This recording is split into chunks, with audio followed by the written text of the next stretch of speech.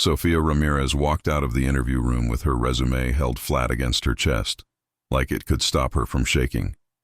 She had come for the Whitmore Corporation position, the one with benefits, stability, and a paycheck that could finally change her son's life. But Derek Harlan had smiled and talked about brand alignment and presentation, as if her last name and tired shoes were part of the resume. Sofia didn't beg, didn't argue, didn't let him see the sting. She simply thanked him and headed toward the lobby exit. Her steps were almost to the revolving doors when a voice snapped through the clean air. "Sofia Ramirez!" Grant Whitmore surged into the lobby at a run, suit coat swinging, his eyes locked on her as if the room belonged to him alone. What did he know? 2 hours earlier, it had been 2 a.m. And Sofia was still on her feet beneath flickering diner lights, wiping a sticky table with a damp rag that smelled of lemon cleaner and old coffee. The kitchen bell kept ringing, plates clinked, and the register drawer slammed like a warning every time it opened. She'd worked this routine for years, stacking shifts, smiling through sore ankles, collecting tips that felt lighter each month. Outside the window, the city's towers glittered in the distance, all glass and power, like another world that never needed a second job. That interview wasn't a wish to be rescued. It was her plan to climb out with her own hands. Mateo's medicine refill was due, and the pharmacy didn't accept promises. The rent notice sat on the counter at home, face up, like it had eyes. Sofia kept thinking about the safer neighborhood she'd promised him, the school where he wouldn't flinch at every siren. That morning, he was still asleep when she left, his small lunchbox packed and waiting by the door, his inhaler tucked beside it, quiet proof of everything she was fighting for. The lobby seemed to hold its breath as Sofia stood there, half-turned between the exit and the man calling her name. The revolving door behind her whispered softly with each passing stranger. But no one moved through it now, not without slowing to stare. She could feel the cool marble under her shoes, the bright light pouring through the glass walls, and the heat climbing into her cheeks as if the building itself had decided to expose her. She tightened her fingers around her resume, not because it mattered anymore, but because it gave her hands something to do. Grant Whitmore was close enough that she could hear the roughness in his breathing, like he'd run farther than the hallway allowed. He didn't touch her, yet somehow he stood as if he meant to keep the world from leaning in too hard. Sofia tried to meet his eyes without flinching, but old instincts tugged at her. Stay polite, stay small, don't make powerful people uncomfortable. She had spent years learning how to disappear in plain sight, and it took effort to remain fully visible. Across the polished space, Derek Harlan's face held that careful expression people used when they wanted to appear reasonable. Sofia recognized it immediately, because she had seen it on landlords and school administrators and strangers who judged first and asked questions later. Her stomach twisted with the familiar fear that this would turn into a spectacle, that Grant's attention would become another spotlight she couldn't afford. It wasn't just embarrassment she was fighting. It was the dread of being labeled, boxed, reduced to a story people could repeat over lunch. She thought of Mateo, not in a dramatic way, but in the simple, aching way a parent always does when life turns sharp. She pictured his small lunchbox on the counter, the careful sandwich she'd cut diagonally to make it feel like something special, the inhaler tucked beside it like a quiet warning. She had walked into that interview carrying all of that in her bones, and she had walked out refusing to trade her dignity for approval. If this moment ended badly, she would still have to go home and be steady for him, and the idea made her throat tighten. Grant's voice came again, calmer now, and the calm felt heavier than the urgency. Derek hovered at a respectful distance, but Sofia could sense his need to regain control, as if her life were a file he could close with a signature. The employees nearby watched with polite curiosity, the way people do when they're grateful it isn't happening to them.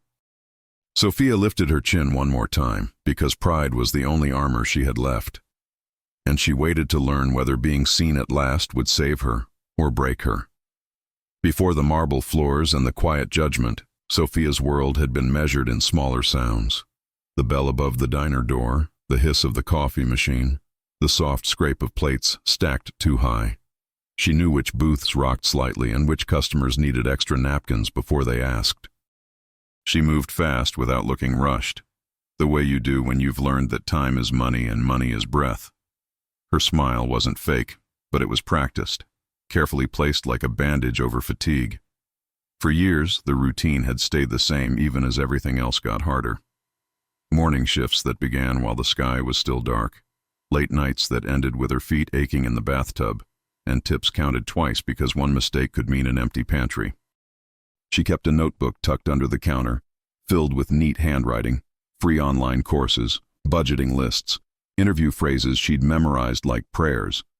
While other servers scrolled their phones, Sofia listened, learned, and planned, because planning was the only luxury she could afford.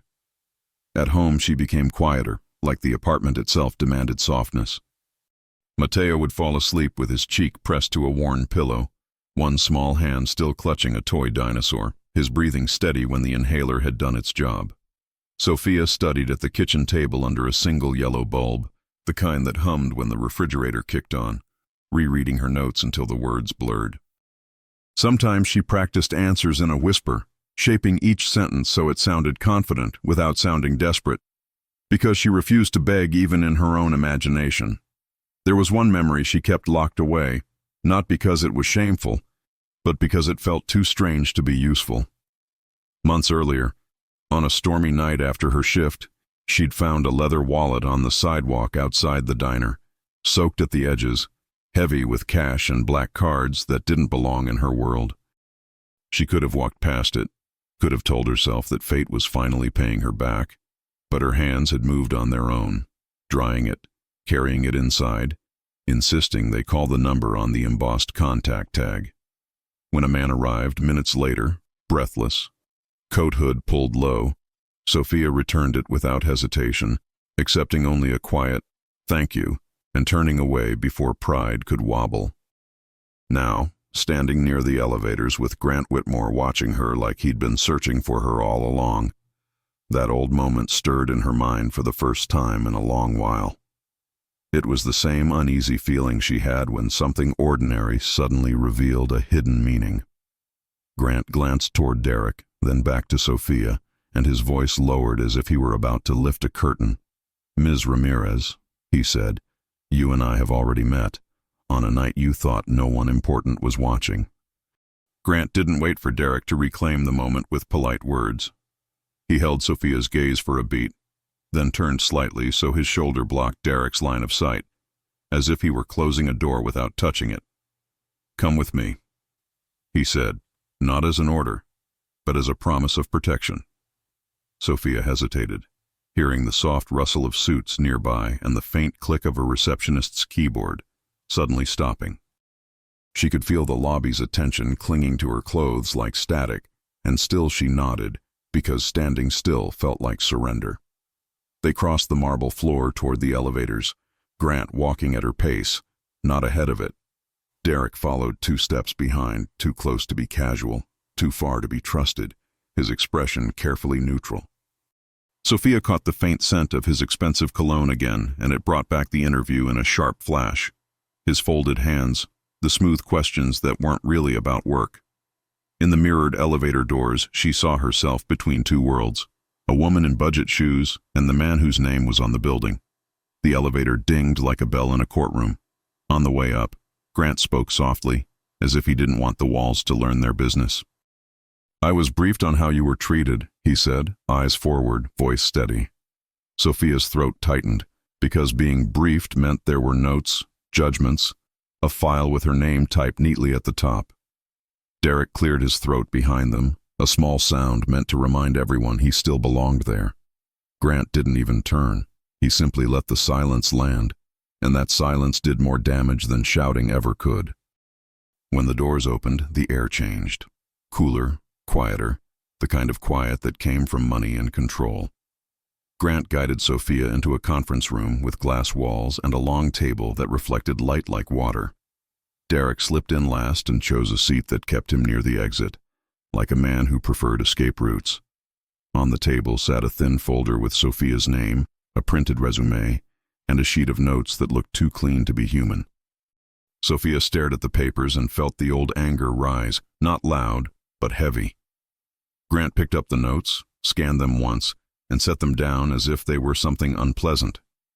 "Tell me what he asked you," he said, his calm tone making the request feel inevitable. Sofia glanced at Derek and saw the slightest warning in his eyes, the kind that didn't need words.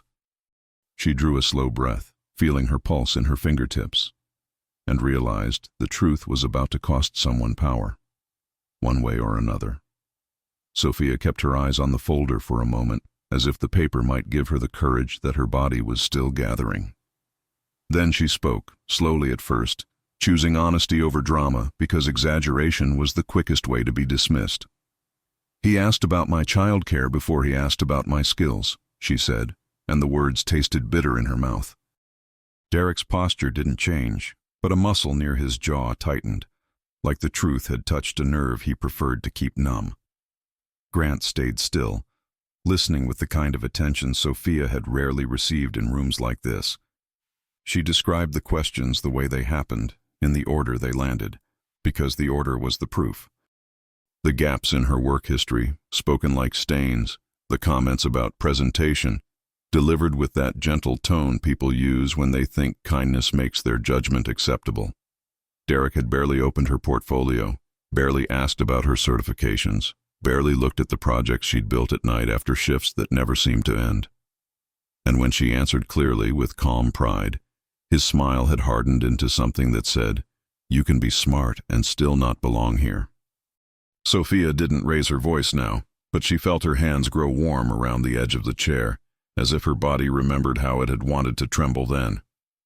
Grant's gaze shifted to Derek, not angry, just direct, the way headlights pin a deer to the road. "Did you evaluate her competency?" he asked, and his voice made the question sound less like curiosity and more like accountability. Derek leaned forward, palms open, ready to perform reasonableness, ready to call it process and policy and standards. He spoke about culture fit and client-facing optics, words that sounded clean until you heard what they were used to hide. Sofia watched him carefully because she'd learned that some people could dress cruelty in perfect grammar. Grant didn't argue with him at first. He simply slid Sofia's portfolio across the table and opened it himself. He turned pages with quiet respect, pausing at her work as if it mattered, as if it had always mattered. The room seemed to shrink around that simple act, and Sofia felt a strange pressure behind her eyes. Not relief yet, not tears, just the shock of being seen without being measured. Derek's confidence wavered in small ways. A swallow, a blink too long, the faint shift of his chair as if comfort had become impossible. Grant closed the portfolio and let his fingertips rest on it, claiming it as evidence rather than a prop. Then Grant looked back to Sofia, and the gentleness in his expression made the moment more frightening, not less, because gentleness could still come with conditions. "I'm going to ask you to repeat this in front of the board," he said, steady and clear, "and I won't let anyone twist your words." Sofia's breath caught as she imagined another room, more suits, more polished faces, more power stacked like weight on a scale. She nodded anyway, because dignity wasn't only how you left a room, it was how you returned to it when you had every reason to run. And as Derek's eyes flicked toward the door, calculating exits again, Sofia realized the next hour would reveal far more than whether she got the job. Sofia left the conference room feeling as if the air had thickened around her ribs. Grant had spoken with calm certainty, but certainty from powerful people could still turn suddenly, like a door that looked open until it wasn't. She stepped back into the elevator and watched her own reflection ripple in the mirrored walls, her resume folder tucked under her arm like a shield. Down in the lobby, the same polished quiet waited, and she could still feel the eyes that had followed her name through the marble. Outside, the city sounded louder, harsher, more honest than the corporate hush. A bus sighed at the curb, a vendor rattled coins in a cup, and somewhere a car alarm chirped once and died. Sofia checked her phone out of habit, thumb hovering over the screen, because life didn't pause just because a CEO had noticed her.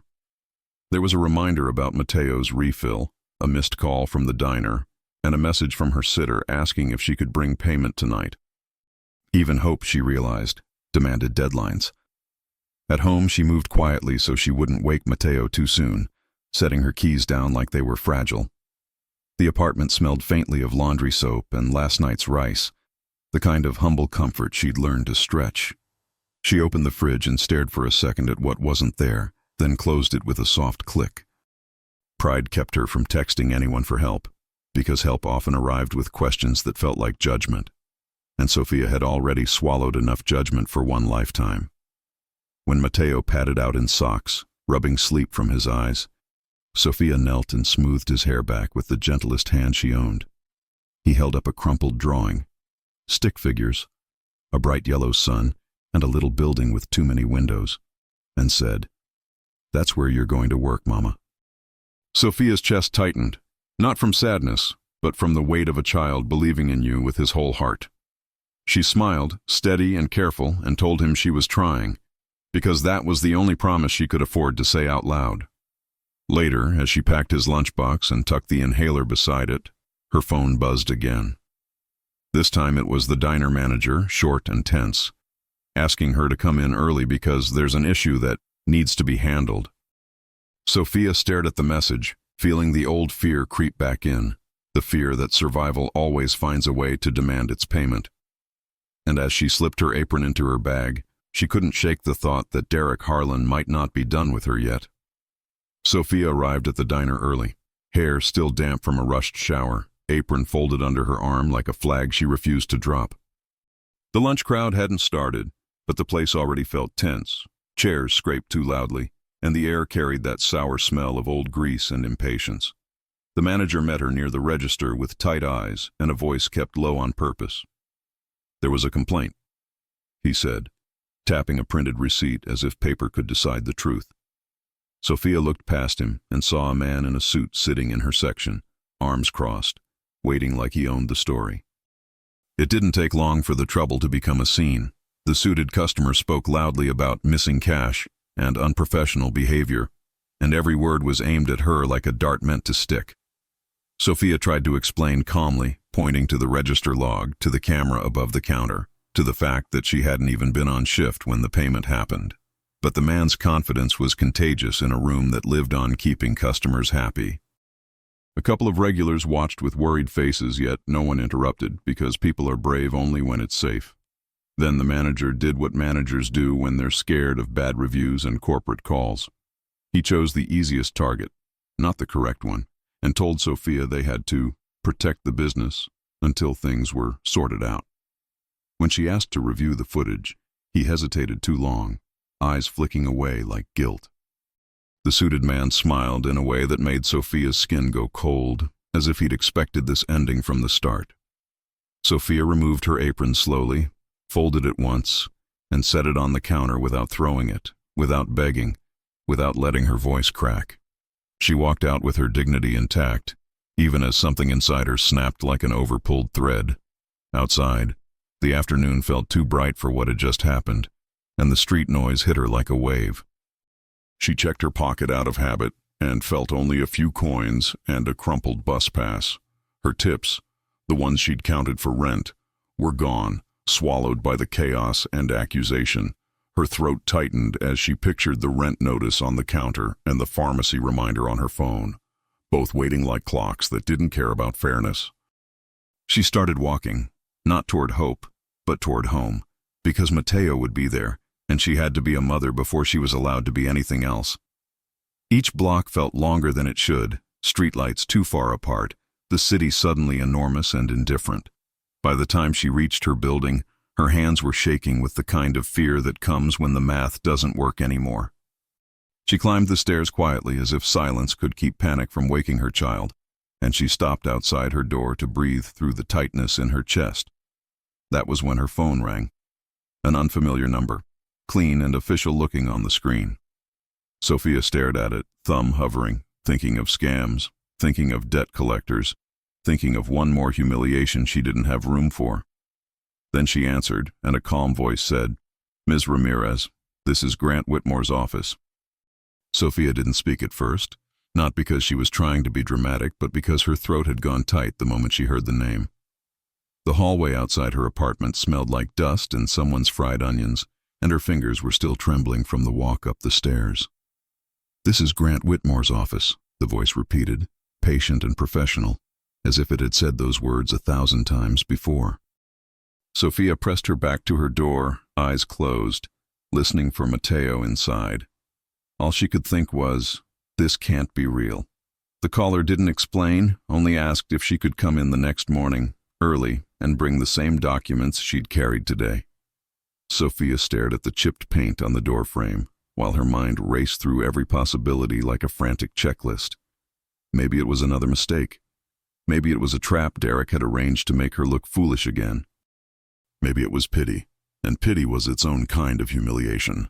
Her pride rose up fast, protective and sharp, and she almost said no on instinct. Inside, Mateo's small cough drifted from the bedroom, soft and familiar, and it pulled her back to what mattered. She stepped into the apartment quietly and set her bag down with care, as if noise could break what little stability she had left. The kitchen counter held the rent notice, the same paper that never cared how hard she tried. On the fridge, Mateo's drawing still hung crookedly, the bright sun smiling over a building with too many windows. Sofia felt her chest ache with the fear of disappointing him in ways he couldn't even name yet. When the call ended, she sat at the tiny table and let the silence settle around her like a heavy blanket. The apartment hummed with ordinary sounds, the refrigerator cycling on, a neighbor's TV through the wall, the distant rush of traffic outside. Sofia opened her résumé folder again, smoothing the edges like it might calm her thoughts, and she whispered the interview answers she'd practiced for months. Not because she believed in miracles, but because preparation was the only form of faith she trusted. Still, doubt kept tapping at her like rain on glass. She walked to Mateo's doorway and watched him sleep, curled on his side with one hand tucked under his cheek. The lunchbox sat packed for tomorrow, and the inhaler was right beside it, exactly where she always placed it, like a promise she refused to break. Sofia touched the doorframe with her fingertips and drew one slow breath, steadying herself the way she always did when life tried to tilt. Then she turned back to the dark kitchen and realized the question wasn't whether she would go, only what the CEO planned to say when she arrived. Morning came with a thin gray light and the sound of Mateo's spoon tapping his bowl, steady as a metronome. Sofia moved through the kitchen like she was handling glass, packing his lunch, checking his inhaler, smoothing his shirt collar with careful fingers. She didn't tell him everything, because children shouldn't have to carry adult fear, but she told him she had an important meeting. Mateo looked up with sleepy trust and nodded as if that was all he needed. Sofia kissed his forehead and held the moment a second longer than usual, as if she could borrow strength from his warmth. At the door, she hesitated over the childcare problem she hadn't solved yet, the kind that could ruin even the best opportunity. Then Mrs. Alvarez from next door opened her apartment with a soft creak, already dressed, hair pinned back, eyes kind but sharp. "I heard you pacing," she said quietly, like she wasn't accusing her of anything, only noticing. Sofia started to refuse out of habit, pride rising first as always, but Mrs. Alvarez lifted a hand. "No strings," she said, and those two words felt like a chair offered to tired legs. Sofia handed Mateo over with a packed bag and a tight smile, swallowing the urge to apologize for needing help at all. On the bus ride downtown, Sofia watched the city wake up in layers, people in work boots, students with backpacks, suits clutching coffee like shields. She held her folder on her lap and reread her documents, not because she'd forgotten them, but because repetition kept panic from spilling over. Her phone buzzed once with a message from the Whitmore office confirming the time, the floor, the name of the assistant who would meet her. Everything about it was clean and official, and that made it more frightening, not less. Sofia stared out at the glass towers ahead and tried to imagine herself inside them without shrinking. When she stepped into the Whitmore lobby again, the same marble and sunlight greeted her, but the energy had changed. People glanced at her and then looked away too quickly, as if they'd heard something they weren't supposed to repeat. A receptionist stood straighter when Sofia approached, and an assistant appeared almost immediately, clipboard in hand, voice respectful. "Ms. Ramirez, thank you for coming," the woman said, and it didn't sound like charity. It sounded like procedure, like Sofia belonged in the schedule. Sofia felt her pulse in her throat as the elevator doors opened like a mouth waiting to speak. As the elevator rose, Sofia pressed her fingertips together and breathed through the tightness in her chest. She couldn't forget how easily she'd been dismissed yesterday, how quickly image had been used like a wall. She also couldn't forget the call, the way Grant Whitmore's name had landed in her hallway like thunder. Somewhere above there was a room where truth could be spoken, or twisted again. Sofia lifted her chin as the numbers climbed, telling herself the same thing she'd told Mateo in quieter ways. She wasn't asking for a favor, she was asking to be judged fairly, and she was about to find out which kind of world this building truly was. The elevator opened onto a quieter floor where the carpet softened every footstep, and the air smelled faintly of cedar and clean paper. Sofia followed the assistant down a corridor lined with framed awards and glossy photos of smiling executives, each image polished enough to feel unreal. She kept her folder hugged close, not from fear of losing it, but from the habit of protecting what little was hers. At the end of the hall, a set of glass doors stood open, as if the building had decided, for one morning, not to resist her. Inside, people looked up quickly, then looked away like they'd been warned. Grant Whitmore was already there, standing near a window that overlooked the city like a map he could rearrange. He didn't speak right away. He watched her arrive as if he wanted her to feel that she had crossed the distance on her own. "Thank you for coming back," he said, and the words landed with weight because no one had ever thanked her for refusing to be humiliated. Sofia nodded, careful, trying not to let relief show too early. Behind them, a few staff members shifted in their seats, curiosity held tightly behind professional faces. The room felt like a place where mistakes couldn't hide. Derek Harlan entered moments later, carrying a tablet and a controlled smile that didn't reach his eyes. "Mr. Whitmore," he said smoothly, "I'm happy to clarify the process." And Sofia heard the same language he'd used to make rejection sound gentle. Grant's expression didn't change, but something in his stillness made Derek's confidence look rehearsed. "We will," Grant replied, calm as stone. "But first we'll hear from Ms. Ramirez." Sofia felt her pulse jump, not from fear of speaking, but from the strange fact that she was being asked to speak at all. She realized Derek wasn't expecting this kind of order, and that was exactly the point. They led her to a smaller room with a screen, a table, and a single chair positioned like a spotlight. The assistant placed a laptop in front of her and asked her to walk them through her work as if it were a normal hiring step, the kind she should have been given from the start. Sofia opened her portfolio and began, hands steadying, as the familiar structure of her projects pulled her into focus. She explained systems she had designed, schedules she had optimized, mistakes she had prevented with planning and simple logic. As she spoke, she felt something shift inside her, competence rising like a spine, reminding her she had earned this moment long before anyone decided to notice. Derek tried to interrupt with comments about alignment and presentation, but Grant lifted a hand once and the room went silent again. Sofia kept going, describing her choices with clarity that didn't ask permission, and she watched a few faces change as if their assumptions were being forced to move. When she finished, Grant didn't clap, didn't overpraise, didn't turn her into a symbol. He simply nodded, as if confirming something he already knew. Then he looked at Derek with the patience of someone about to open a file that can't be closed again. "Now," Grant said, "let's talk about what happened yesterday, and the pattern behind it." Grant didn't raise his voice when he said the word pattern, but the room tightened anyway, as if everyone heard what it implied. He asked the assistant for a folder, and when it landed on the table, it sounded heavier than paper should. Sofia watched Derek's eyes flick to it and then away, like a man who knew exactly what was inside. Grant opened it without hurry, the way people do when they're certain the truth will hold. "This isn't only about yesterday," he said, and Sofia felt a chill run through her arms. He slid one sheet toward her first, not a complaint form or a policy memo, but a still image from a security camera. The photo was grainy, taken at night, and it showed a diner entrance in the rain, the neon sign bleeding light onto wet pavement.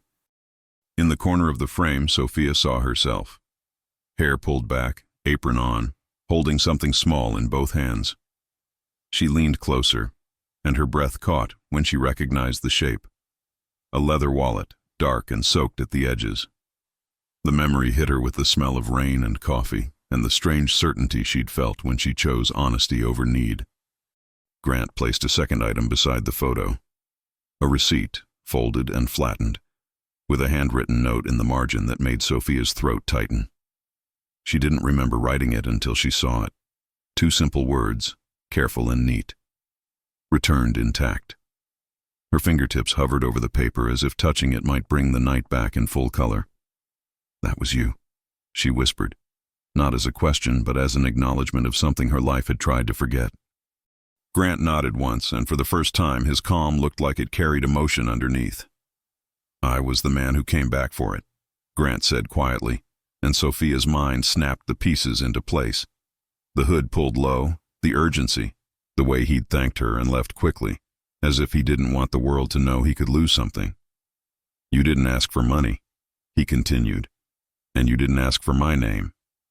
Sofia felt heat behind her eyes, not from pride, but from the shock that her smallest choice had reached into the highest floors of this building.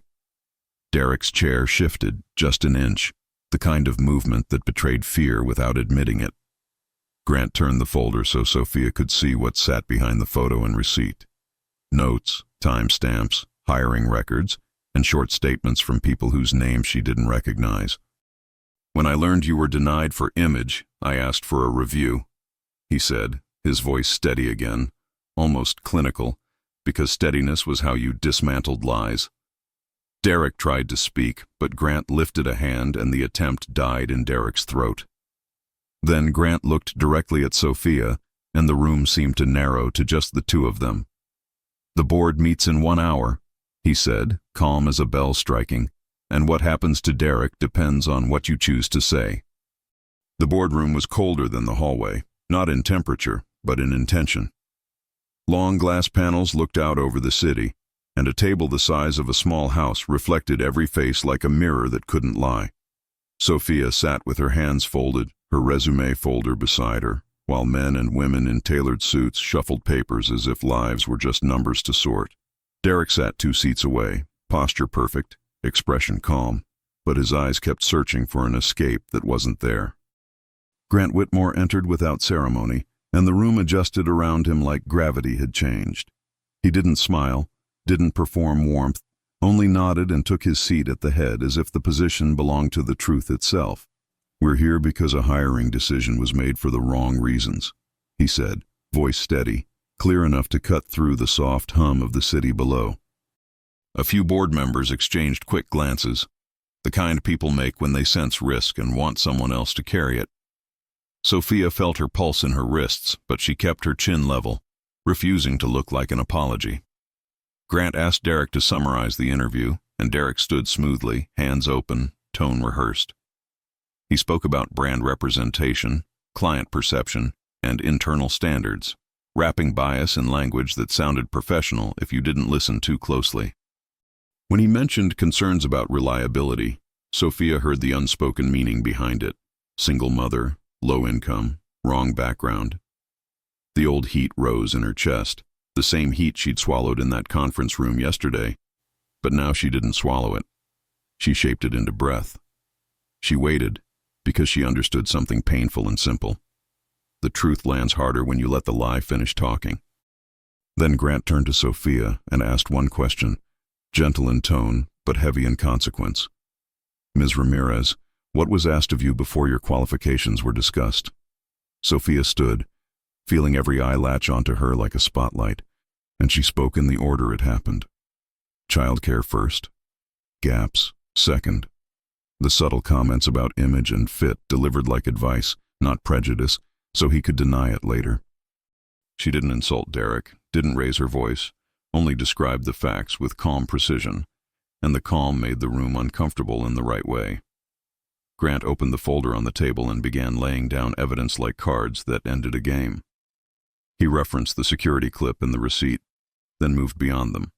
Patterns of notes, oddly similar phrases across multiple candidates, complaints that had been minimized, dismissed, filed away. One board member's face tightened. Another leaned forward, suddenly interested now that it looked undeniable. Derek tried to interrupt with a smooth explanation, but Grant stopped him with a single glance and asked for one thing Derek couldn't provide: a competency-based reason for rejecting Sofia. The silence that followed wasn't empty. It was the sound of a mask cracking.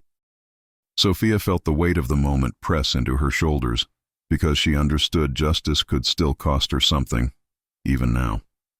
Derek looked at her once, not with anger, but with a quiet plea for self-preservation, the kind people make when they want mercy without accountability. Sofia thought of Mateo's lunchbox, of Mrs. Alvarez's hands taking his backpack, of all the times she'd been told to accept less without making noise. She didn't speak again to punish Derek. She spoke to protect the next person who wouldn't have a CEO to run after them in the lobby. And as Grant asked the board to vote on immediate action, Sofia realized her dignity wasn't just surviving anymore. It was about to change the rules. The vote happened faster than Sofia expected, not because the room suddenly grew kind, but because the evidence left no safe place to hide. A board member cleared his throat and spoke about risk, another about liability, and a third about values, as if values were something you remembered only when cameras might turn on. Grant didn't look satisfied. He looked focused, like this was only the first lock to open. Derek's face stayed controlled until the final decision landed, and then the control slipped just enough to show fear. When the chair announced Derek was being removed from hiring authority, effective immediately pending review, the room exhaled like it had been holding poison. Derek sat back down slowly, as if his body had forgotten how to belong in that chair. His eyes didn't meet Sofia's, and for a moment she saw something smaller than arrogance beneath his polished mask. Panic, maybe, or the shock of consequence. She didn't feel triumph the way movies promised. She felt a quiet ache, because justice is still heavy when you've carried injustice for so long. Grant gathered the files with the care of someone who intended to keep going, not to celebrate. "We will audit the department," he said, voice steady, "and we will correct what was ignored." In the corner of the room, someone typed notes quickly, like truth had a deadline. When the meeting ended, the hallway felt warmer, the air less sharp, though Sofia's hands still trembled when she finally let them.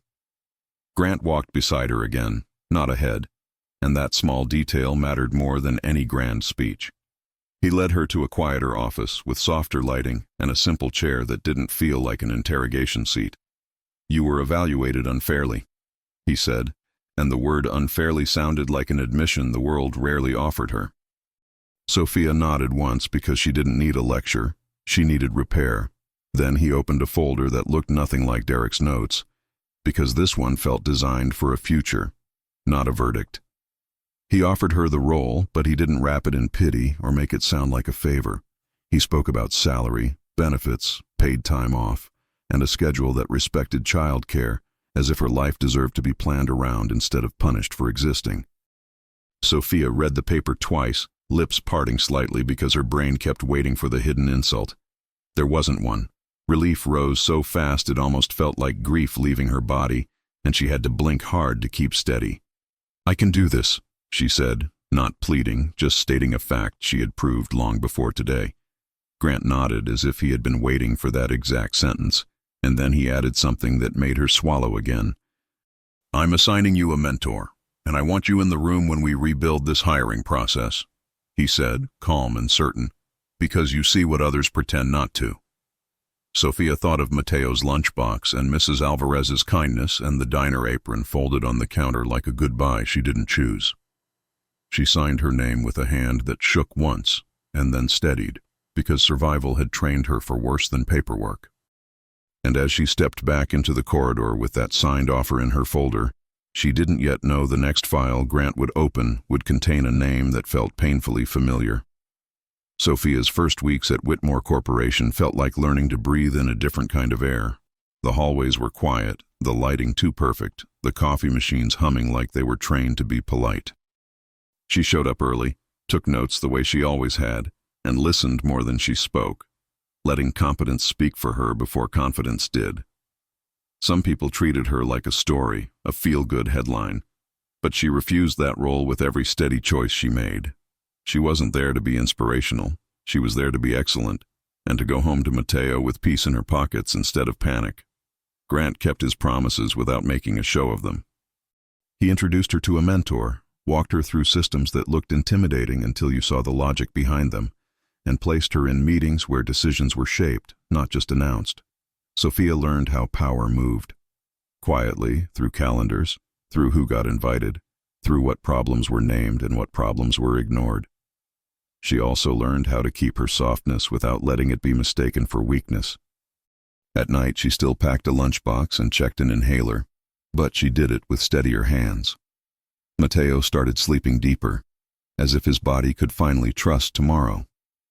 One afternoon, a message appeared in her inbox from Harlan requesting a private conversation.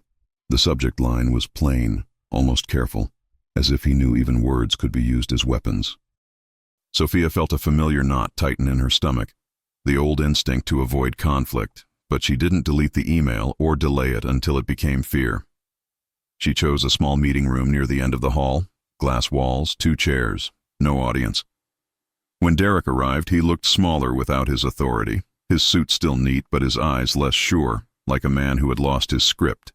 He didn't start with excuses. He started with a breath that sounded like it hurt. "I owe you an apology," he said, voice low, hands clasped tightly as if he didn't trust them not to shake. He talked about growing up watching doors stay closed, about learning to survive by aligning with whoever held power, about mistaking cruelty for safety until it became habit. Sofia listened without softening the truth, because she had learned mercy, without boundaries, becomes permission. "I'm not here to forgive you so you feel better," she said calmly, "but I'm willing to believe you can change if you do the work." Derek nodded, eyes wet but stubborn. And for the first time, Sofia saw him as flawed instead of monstrous, which somehow made accountability feel even more necessary. A week later, Grant asked Sofia to help review old hiring records as part of the audit, the kind of quiet work that revealed who had been erased. She sat at her desk late, the office mostly empty, screen light washing her hands in pale blue as file after file opened like a confession. Some names had notes that looked harmless until you read the pattern. Not aligned, presentation concerns, brand fit, the same language Derek had used on her. Then one file loaded and Sofia's breath caught so sharply she had to grip the edge of her desk. The applicant name on the screen was Carmen Alvarez, the same Mrs. Alvarez who watched Mateo for her, the same woman who had said no strings and meant it, and beside her name was a rejection note from years ago signed by Derek. Sofia didn't close the file right away. She stared at Mrs. Alvarez's name until the letters stopped swimming. The rejection note was old, but it felt fresh, like a bruise pressed too hard. She thought of the woman's steady hands, the way she had taken Mateo's backpack without asking for explanations, the way she had protected Sofia's pride with 2 simple words, no strings. Sofia's chest tightened with a new kind of anger, clean, focused, and finally useful. She printed the page, folded it carefully, and decided she would not let kindness be punished in silence ever again. That evening, Sofia climbed the familiar stairs to Mrs. Alvarez's apartment, not as a desperate neighbor, but as a woman carrying truth. Mrs. Alvarez opened the door with the same calm face, but her eyes changed when Sofia said her name softly, the way you say something sacred. Sofia showed her the paper and watched the older woman's shoulders sink, like her body remembered a disappointment it had buried for years. "I tried," Mrs. Alvarez whispered, voice thin with a pain she didn't ask Sofia to fix. Sofia reached out and held her hand anyway, because some wounds don't need speeches, just company. The next morning, Sofia brought the file to Grant, and he didn't hesitate, not even for a second. He arranged a meeting, not in a flashy boardroom, but in a quiet office with warm light, where dignity could breathe. Derek was there too, and he looked older than he had weeks ago, as if consequence had finally taught him to see. He didn't defend himself this time. He apologized to Mrs. Alvarez directly, with trembling honesty, and offered to help correct what he had broken. Mrs. Alvarez didn't forgive quickly. but she accepted the apology as the first brick in a longer road, and Sofia felt something inside her unclench. A new opportunity followed, real, respectful, and built on ability, not pity, because Grant insisted the correction had to be as concrete as the harm. Mrs. Alvarez joined a community outreach and training program the company funded, and she chose her pace, her hours, her dignity intact. Sofia helped redesign the hiring process with clear standards, transparent feedback, and safeguards that made it harder for image to masquerade as policy. It wasn't perfect overnight, but it was better, and better is how healing begins. And for the first time, Sofia saw how power could be used like a lamp instead of a weapon. Months later, life at home sounded different. Fewer anxious sighs, more small laughter, more quiet mornings without fear sitting at the table. Mateo did homework without Sofia counting coins in her head, and his inhaler sat untouched more often because the stress in the room had softened. Sofia still worked hard, but now her work built a future instead of merely preventing collapse. On a sunny Saturday, she watched Mateo run across the park grass, his lunchbox replaced by a little soccer ball, and she realized dignity doesn't arrive with applause. It arrives when you can finally exhale. And to everyone who stayed with Sofia through every step of this journey, thank you for watching. If this story leaves you with anything, let it be this. Small goodness is never wasted, and quiet courage can echo all the way into places that once felt unreachable. Sometimes justice doesn't thunder. Sometimes it simply returns what was stolen and teaches the world to look again. I hope you carry that hope with you, and I wish you all an excellent weekend.